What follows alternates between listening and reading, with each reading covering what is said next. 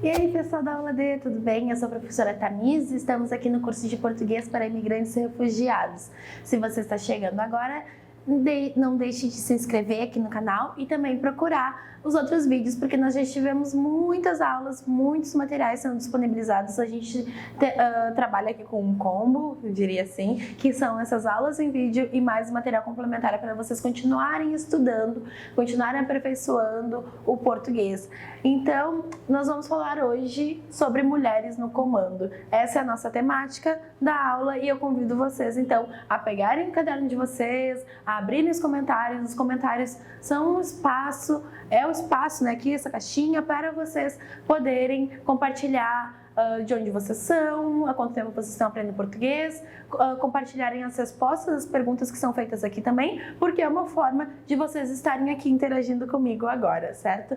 Então, nossos objetivos: aperfeiçoar a habilidade de produção oral, refletir sobre estruturas do discurso oral, ou seja, a gente vai focar nessas próximas aulas sobre a fala. Então, a gente vai focar na fala, eu vou estar sempre falando para vocês tentarem falar sobre esses temas com outras pessoas, para vocês serem desafiados assim, a pensar rápido, a pensar assim, qual a estrutura que eu devo utilizar para falar sobre isso, e também porque é uma temática muito em voga, muito em alta hoje em dia.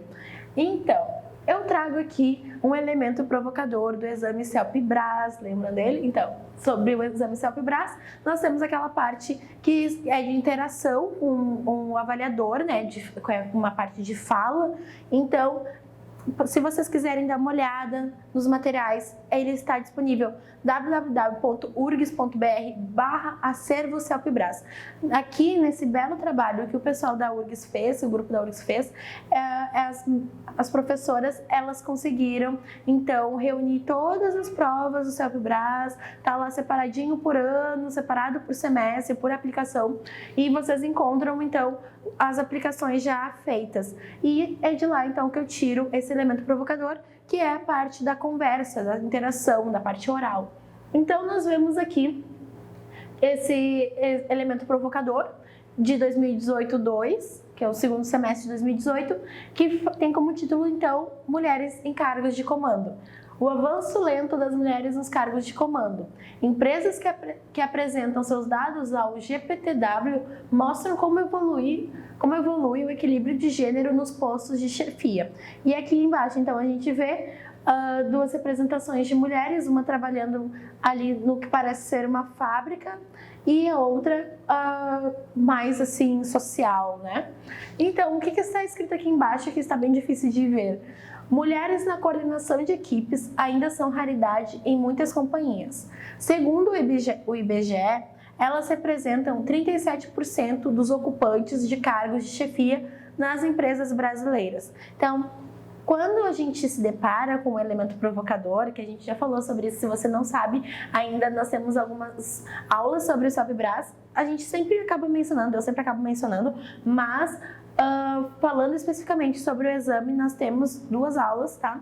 Então procurem lá se vocês não assistiram. Nós temos o elemento provocador.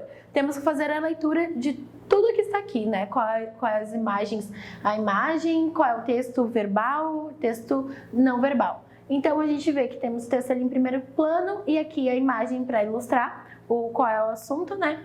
E nós temos então que falar sobre ele. Então, eu pergunto já para vocês, o que vocês acharam desse elemento provocador?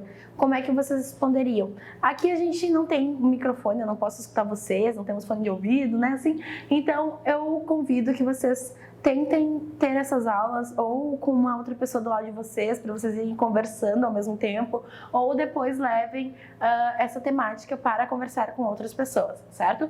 Mas então, como a gente não tem esse momento de vocês ficarem falando para mim agora, eu peço que vocês escrevam aqui nos comentários o que vocês acham que esse material, o que vocês acham desse material, desse assunto, dessa temática, ok? Então, vamos seguir.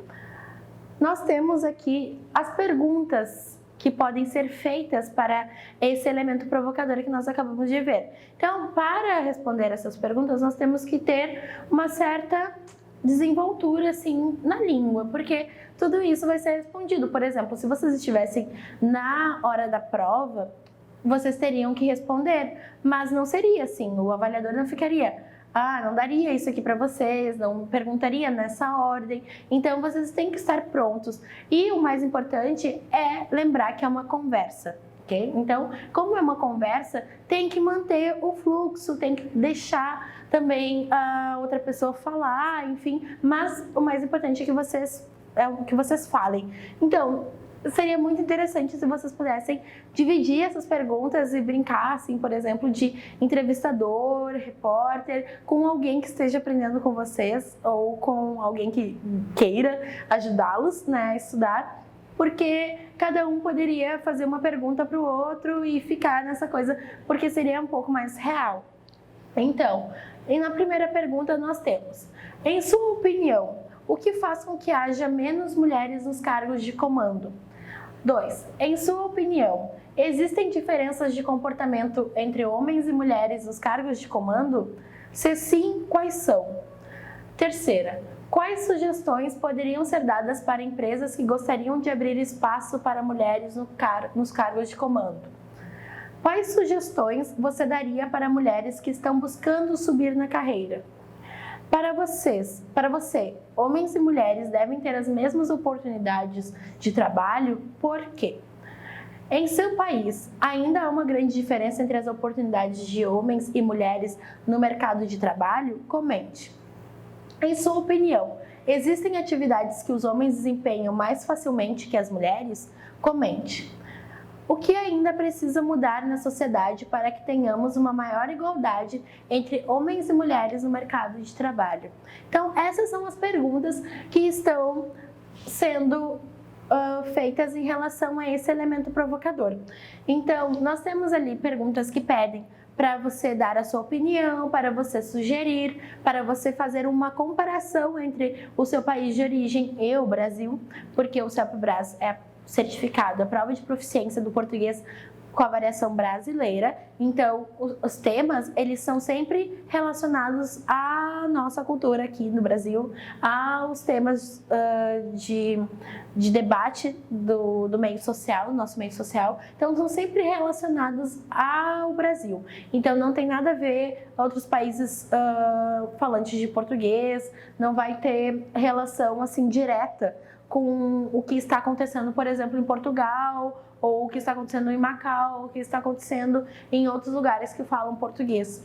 Então, o que é importante saber aqui, como é que funcionam essas coisas aqui no Brasil, para vocês poderem comparar com a realidade de vocês, a realidade que vocês já vieram, enfim, que vocês sabem sobre o país de vocês. Além disso, temos algumas estruturas que já vão sendo anunciadas quando tem essas perguntas. Por exemplo, quando fala em sua opinião, tu tem que dar a tua opinião. Como se dá uma opinião? Já ficam aí pensando. Além disso, sugestões. Como dar sugestões? E aqui a gente pode perceber que sempre quando fala quais sugestões você poderia dar, nós temos o uso do futuro do pretérito, que é um outro indicativo de que quando a gente tem as sugestões, essa parte assim, dê sugestões, a gente usa o futuro do pretérito bem frequentemente. Então, por isso que nas questões já aparecem. Então, vamos ver. Para expressar opinião. Eu penso que, eu acho que, eu concordo, eu discordo, a meu ver, no meu ponto de vista, etc. Esse etc. até peço que vocês compartilhem se vocês escutaram, leram, ouviram ou lembram de outras formas para mostrar opinião. Aqui tem algumas, no material complementar tem mais outras também que não estão apresentadas aqui, mas se vocês lembram de outras agora, nesse momento, compartilhem aí nos comentários. Sugestões.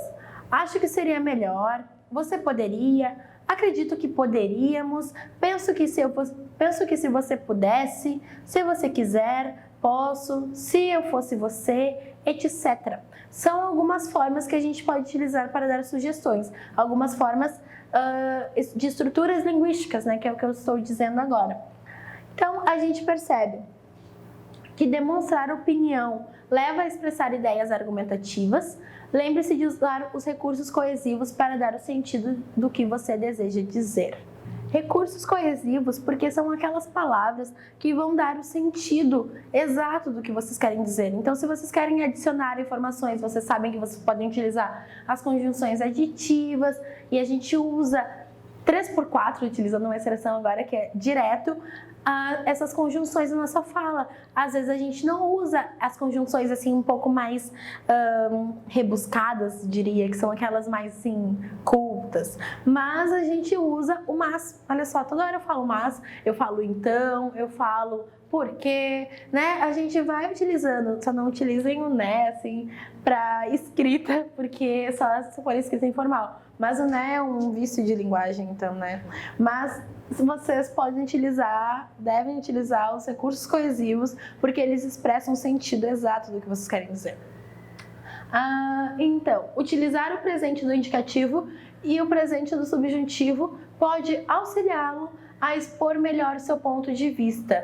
Então, o que isso significa? Que quando eu estou utilizando o presente do indicativo e depois eu uso junto o presente do subjuntivo, eu expresso melhor o que eu quero dizer. E por que o presente? A gente pode fazer uma conexão, o presente do indicativo, por exemplo, que a gente usa quando a gente quer dar certeza. Então, é muito importante a gente lembrar qual o sentido das coisas que a gente usa. Por isso que em todas as aulas que a gente estuda conteúdo gramatical, eu sempre trago o sentido. Se a gente usa advérbios, a gente usa por quê? O que são advérbios? O que são verbos? O que são esses modos que tem, né, no português? Então, o modo indicativo, o modo da certeza, o modo subjuntivo, o modo da possibilidade, da hipótese, da condição. E isso é muito importante que a gente saiba, porque se a gente sabe o que significa, a gente sabe quando usar, ok? Então, utilizar o futuro do pretérito e a forma do passado do subjuntivo pode ajudar a expressar melhor o que você deseja dizer. Então, o que quer dizer o futuro do pretérito? Como acho que seria melhor, você poderia. Além disso, é bem mais fácil a gente dar sugestões sem ficar impondo alguma coisa para a pessoa. Então, falar, por exemplo, eu quero que você faça isso, utilizando o presente, o imperativo, é meio complicado, né? Meio complicado, porque pode ser que a pessoa não entenda isso muito como uma sugestão e sim como uma ordem. E daí a ação é diferente, não é sugerir mais, mas sim ordenar. E o que a gente quer fazer aqui, o que precisa fazer é fazer sugestões. Então, cuidem quando vocês forem utilizar os recursos da língua, tá? Olhem sempre cuidem sempre qual é a pergunta, quais são os verbos que estão sendo utilizados nas perguntas também, porque isso vai auxiliar vocês a pensar assim, o que eu posso utilizar aqui? Mas isso, claro, vai acontecendo bem naturalmente, porque quanto mais vocês têm contato com a língua, mais vocês vão fazendo isso acontecer naturalmente, tá? Então, vamos conversar com outras pessoas sobre a temática da aula? A seguir, vamos ler um texto que será o guia da conversa que vocês podem propor para um colega, amigo, familiar ou conhecido. Questionamento. O que diferencia as mulheres em cargos de chefia? Está adaptado do Exame Abril, de uma matéria da revista Exame. Não está aqui na íntegra, mas o material complementar está. Então, nós vamos ver só uns trechos, que é uma atividade para vocês fazerem com outra pessoa. Como é que funciona? Aqui temos, por exemplo, colega 1, colega 2, formulação de questionamento, a tarefa. Em duplas, cada um ficará com um trecho do texto e deverá comentar com o colega sobre a afirmação que pegou.